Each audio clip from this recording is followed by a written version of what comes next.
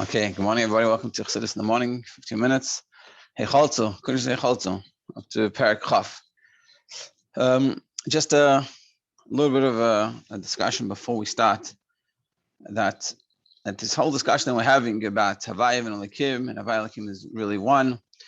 So just a general understanding, I think that maybe could be vital to understand this concept, is that this is what we're saying.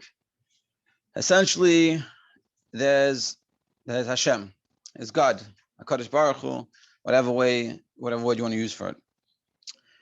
Now, if you don't learn Chassidus, you don't learn Kabbalah, so then God is just it's a one-dimensional thing. It's God, that's what there is.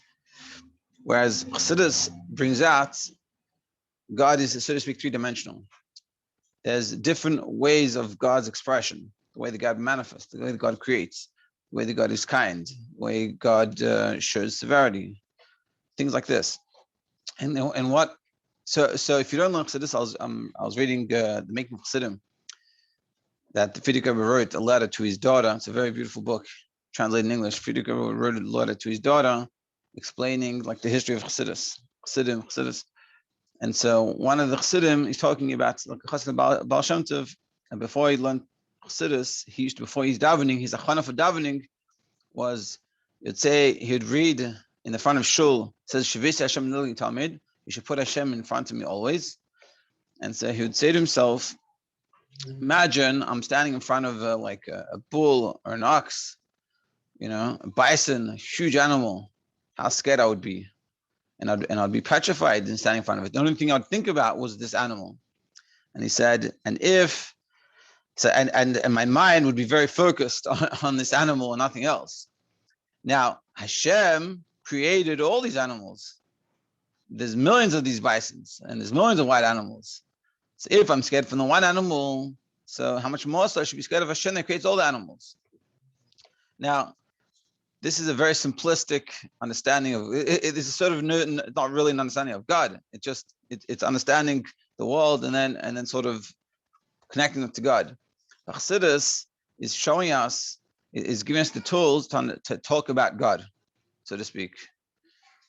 And all these levels that we're learning here is helping us get a good picture of an understanding of God. Now, of course, God is infinite, and we can never fully understand it, and we'll not even come close. And really, it's impossible to understand anything. But the law that Chassidus is giving us is to give us a proper direction of understanding God. You can understand God as the biggest bull, or you can understand God as what we're talking about here, the way He creates and the different levels of creation, different manifestations. And this is sort of what we're discussing. And that's why it's such a beautiful concept to think about and to learn. It's because it gives you a better picture of when you say God can do everything. What does that mean? What's God? The biggest bull, the creator of the bulls. And this is what we're learning here. This is an important thing to appreciate before we learn these things. And it could be also that we don't understand all of these concepts, but that it just takes time and practice. You learn it, you chazer it. The quicker, the better you'll understand something, and you'll get a better picture of everything, is when you chazer whatever you learned. You learn everything you learn. You learn it well 3 times. You'll get that, and it'll help you understand everything else. And this is what happened. This is what happens with me. Anyway, without further ado, Parak Chaf. So basically, in the previous, we're talking about Elikim, which is multiplicity, and Havaya is really unity. But really, we see also in Havaya has an idea of multiplicity. So what's going on?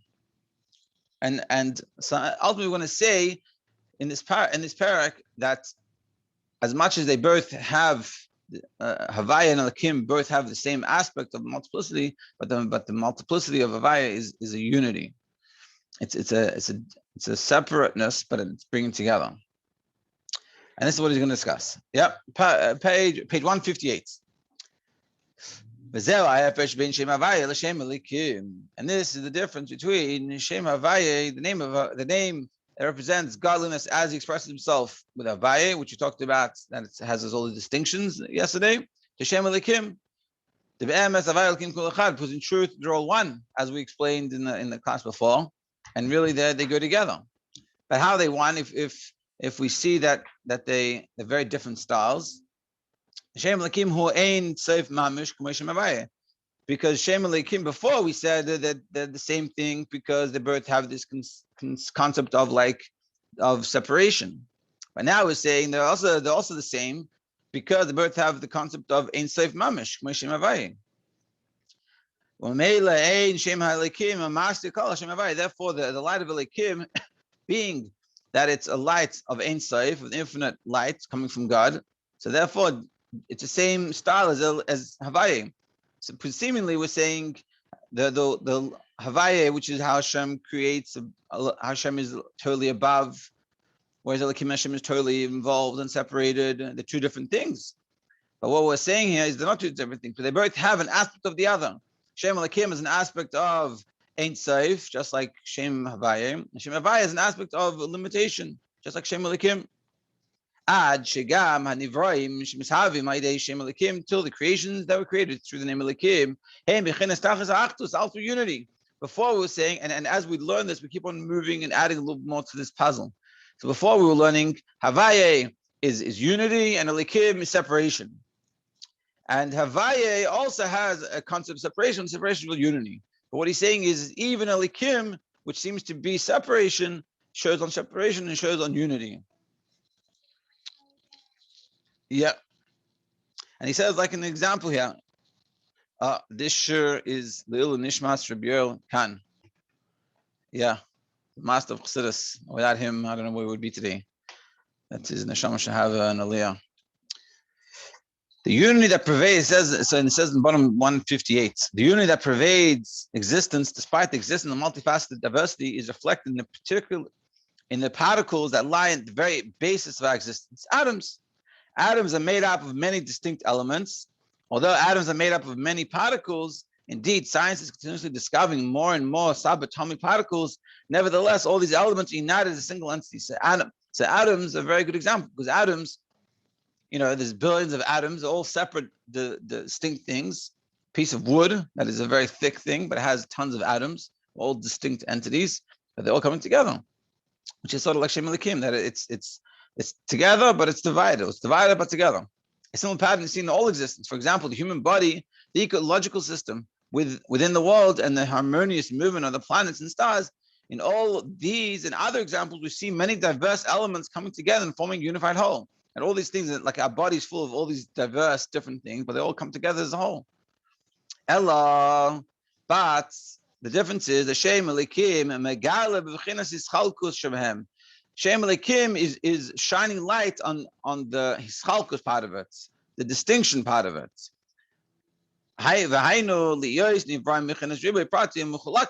To show on the creation, meaning everything in the world, everything, you and I, and the fern and the book and the light and the table and the chairs and the flowers, they're all really one thing.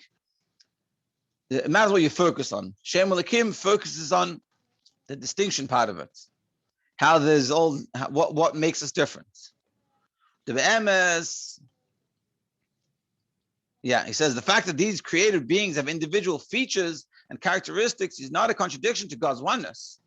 Because on the contrary, because Havayim and Elokim are one, the unity engendered by God's name Havayim is manifest even in the world, characterized by the diversity brought about by his name Elokim. Meaning, like we said before in the Maimah, and we'll constantly say this, just because we see diversity in the world, that doesn't mean we're diverse. We're one. And the true oneness is shown that all these separate things are actually part of the same whole. And this is what it is, B'atzim, essentially, because everything is coming from God, because the only real existence is God. So everything that comes out of it is all just part of that.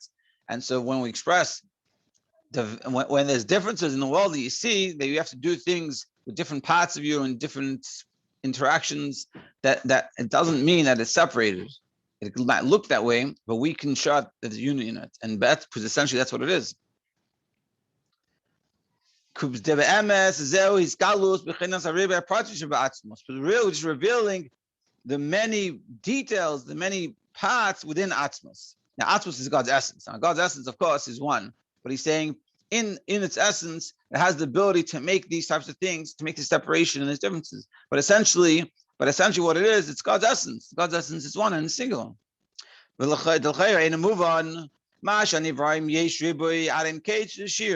seemingly doesn't make sense how there is a limitless multiplicity among the created beings.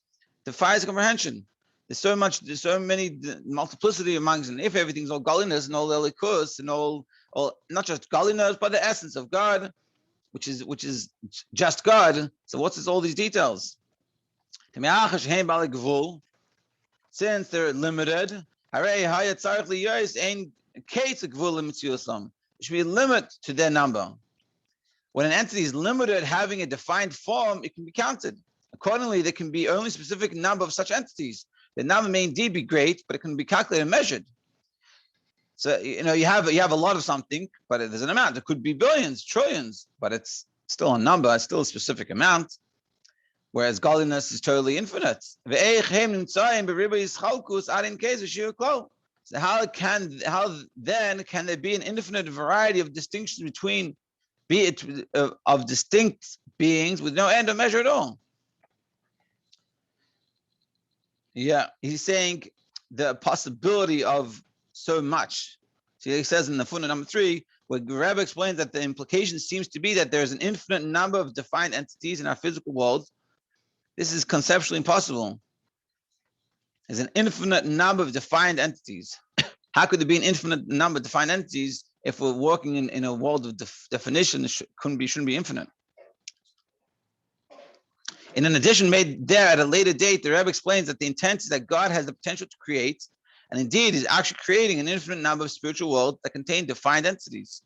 The possibility for such an infinite creation of limited beings represents the paradox mentioned in the main context. However, in each world, there is a limited amount of created beings. But he's saying there's an infinite amount of worlds, the Rebbe is explaining. And how can if we're creating finite, how can as we create finite, we also have infinite? They're the two opposite things. They don't go together. So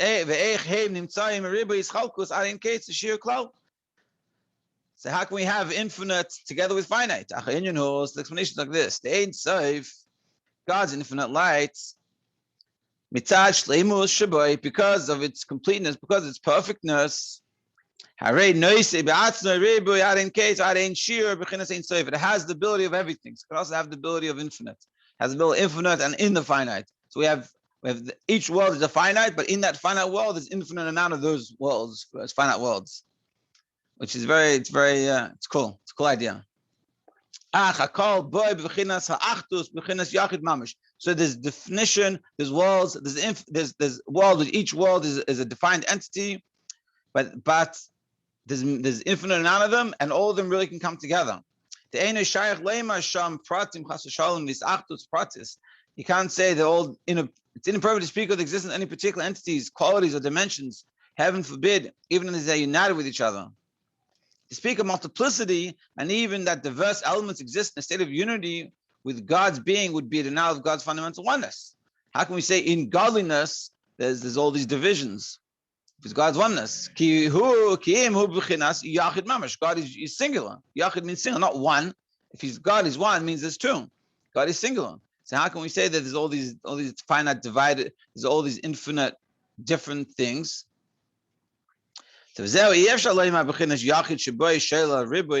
the same hand, you can't say, what he's answering is on one hand, you can't say that God is limited in any way. So if he's not limited, he can't have a limited. You can't say that it can't have limited, because that's limiting. You can't say it can only have unlimited, because that's also limiting. If everything is God, so it can be limited and unlimited. They're all it can be everything. It has to be that way. God can be unlimited, and he can have an aspect of limitedness. He can have everything. And it's all part of God. Explained also at length. This is the ultimate completeness, meaning that people think, and I think in other religions they look at God as like God is infinite, and that's it, and therefore he has no connection to this world, which is so finite. But if God's truly infinite, then he can also be in the finite.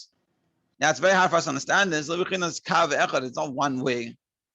That's what he explains in this footnote. Created existence is by nature defined. Every entity exists only in a manner in which it was brought into being and cannot extend beyond that fundamental definition to coexist with something of an opposite tendency. we create in one way, a rock has defined by a rock and what it does, and it can't do other things. And so to everything in the created, it's defined, has its definition. But God, however, is oddly undefined. It can bring both opposites. So to speak, God can be a rock and he can move it.